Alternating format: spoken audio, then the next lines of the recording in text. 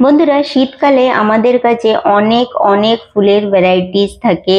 আর তার মধ্যে এই একটা ফুল আছে, তার নাম হচ্ছে ডালিয়া বা ডেহেলিয়া, যে নামেও আপনারা জানেন।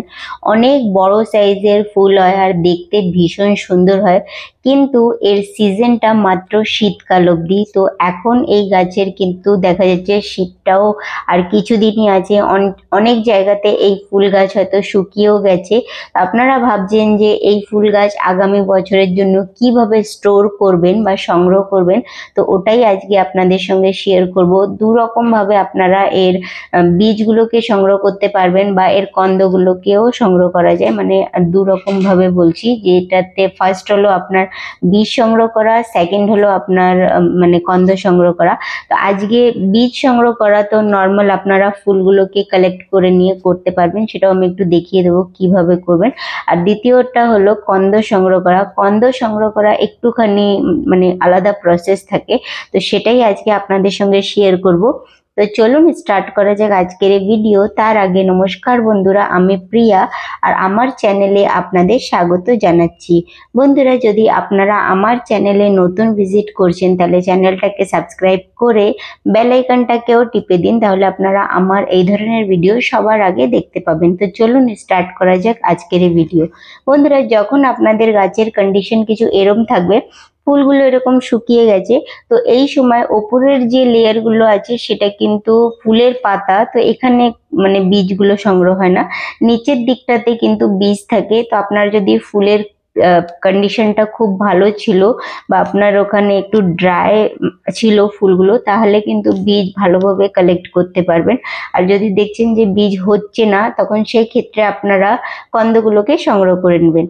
বীজগুলোকে নিচের দিকটা আপনারা একটু শুকিয়ে নেবেন, আর শুকিয়ে নিয়ে বীজগুলোকে আলাদা বার করেও রাখতে পারেন। আর ওইভাবে আপনারা টিস্যু পেপারের মধ্যে বীজগুলোকে রেখে দিয়ে একটু ফাঙ্গিসাইড পাউডার দিয়ে আপনারা কিন্তু স্টোর করে রাখতে পারবেন কোনো ডিব্বার ভেতরে।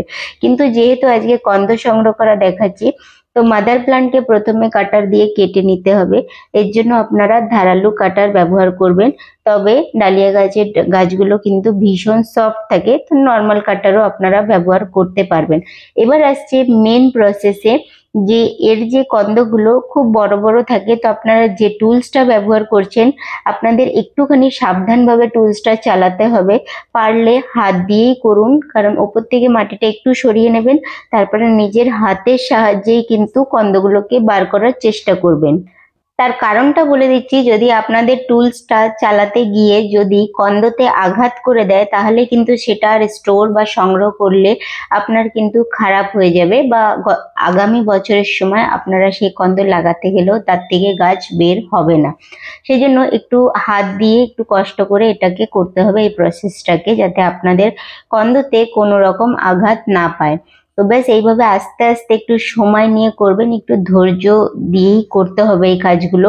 কারণ তাড়াহুড়ো করতে গিয়ে আপনাদের এই কন্দগুলো ভেঙে যেতে পারে বা তাতে কোনো রকম আঘাত লেগে যেতে পারে। এই জন্য একটু সাবধানভাবে এই কাজগুলোকে করতে হবে। ব্যাস এইভাবে আস্তে আস্তে করে মাটিগুলোকে সরিয়ে নিতে হবে। আর দেখুন, একটা গাছ থেকে কতগুলো কন্দ আপনারা পেয়ে যাবেন, মানে আগামী বছরের জন্য আপনারা অনেকগুলো গাছ কিন্তু পেয়ে যাবেন যদি এই কন্দগুলোকে সংগ্রহ করে রাখতে পারলে। তো এইভাবে আমি বার করে নিয়েছি। আর এই প্রসেসেই আমি আর একটা টব থেকেও কিন্তু এই কন্দগুলোকে বার করব, সেটাও আপনাদেরকে এখন সামনে করেই দেখিয়ে দেবো। তো আপনারাও এইভাবেই কিন্তু কন্দগুলোকে সংগ্রহ এই সময় করে নেবেন, যদি আপনাদের গাছের কন্ডিশন শুকিয়ে গেছে, যেরকম আমি দেখিয়েছিলাম প্রথম দিকে গাছটা আমার যেরকম শুকনো ছিল। যদি এখনো ফুল আছে তো আরো কিছুদিন অপেক্ষা করতে পারেন আপনারা, যে ফুলগুলো দেখতে খুব সুন্দর হয় যেহেতু, সেই জন্য আমি বলছি। ব্যাস এইভাবে আমি যে টবের মাটিটাকে পুরোটা ধরে বার করে নিয়ে আর কন্দগুলোকে খুব তাড়াতাড়ি বার করে আপনাদেরকে দেখিয়ে দিলাম। তো দেখুন, দুটো গাছ থেকে মাত্র কতগুলো কন্দ হয়ে গেছে। তো এবার কি করতে হবে, ভালো করে মানে মাটি অনেক লেগে আছে যেহেতু, ভালো করে এগুলোকে ধুয়ে নিতে হবে। ধুয়ে নেওয়ার পরে আমাদের যে নেক্সট প্রসেস সেটাও আপনাদেরকে দেখিয়ে দিচ্ছি। ভালো করে ধুয়ে নেবেন, যাতে একটু মাটি যেন না থাকে ভেতরে, ঢুকে যদি থাকে তো কোনো ব্রাশের হেল্পও নিতে পারেন আপনারা। তবে আমার হাত দিয়েই কিন্তু ওয়াশ করা হয়ে গেছে, ভালো করে আমি ধুয়ে নিয়েছি। সেম প্রসেসে আর একটাও আমরা এইভাবেই ধুয়ে নেব। একটু সময় লাগবে, কিন্তু এটা খুব ভালোভাবে আপনারা একে সংগ্রহ করতে পারবেন। তো আমি এইভাবে দুটোই কিন্তু যে কন্দগুলো ছিল গাছে ভালো করে ধুয়ে নিলাম। ধোয়ার পরে অন্তত আপনারা 4 থেকে 5 দিন বা 1 সপ্তাহ পর্যন্ত ভালো করে রোদ দেখিয়ে নেবেন, যাতে কোনো রকম ভিজে ভাব না থাকে। ভালোভাবে শুকিয়ে নিতে হবে। 1 সপ্তাহ রাখুন, বা আপনারা 4 দিন 5 দিন যদি ভালো রোদ থাকে তাহলে 4-5 দিন রেখে দেবেন। মানে আপনারা বুঝে যাবেন দেখে যে এর উপরে যেন কোনো রকম ময়েশ্চার না থাকে। এবার যে খবরের কাগজ থাকে তার মধ্যে এই কন্দগুলোকে এইভাবে বসিয়ে দিতে হবে। বসিয়ে দেওয়ার পরে আপনাদের কাছে যে কোনো ছত্রাকনাশক বা ফাঙ্গিসাইড পাউডার আছে সেটা নিতে হবে। 1 চামচ মতো নিলেই যথেষ্ট। প্রত্যেকটা জায়গায় ভালো করে ছড়িয়ে দিতে হবে, যাতে আপনাদের কন্দগুলো ছত্রাকের আক্রমণে নষ্ট না হয়ে যায়। এই জিনিসটা আপনাদের খেয়াল রাখতে হবে। যদি আপনাদের কাছে এই ছত্রাকনাশক বা কোনো ফাঙ্গিসাইড নেই, তাহলে রান্নাঘরে গিয়ে হলুদ গুঁড়ো যে পাউডার থাকে, হলুদের পাউডার, সেটা আপনারা নিয়ে আসবেন। ওটাও সেম প্রসেসে দিয়ে দিলে একটু কোয়ান্টিটি বেশি দেবেন। ব্যাস, দিয়ে আপনাদের এইভাবে খবরের কাগজ দিয়ে ভালো করে মুড়ে। আর হ্যাঁ, আর একটা জিনিস, ক্যারি প্যাকেট বা পলিথিন ব্যাগগুলো ইউজ করবেন না, তাতে কিন্তু ময়েশ্চার ভেতরে থেকে যাবে আর আপনাদের কন্দগুলো পচে যাবে। তো সেই জন্য এখানে আমি নর্মাল যে কাপড়ের যে ব্যাগগুলো থাকে সেগুলো ব্যবহার করেছি। যদি একটু ময়েশ্চার তৈরি হবে তো এগুলো সোক করে নেবে, তাই জন্য এই ব্যাগ আর খবরের কাগজ ব্যবহার করা।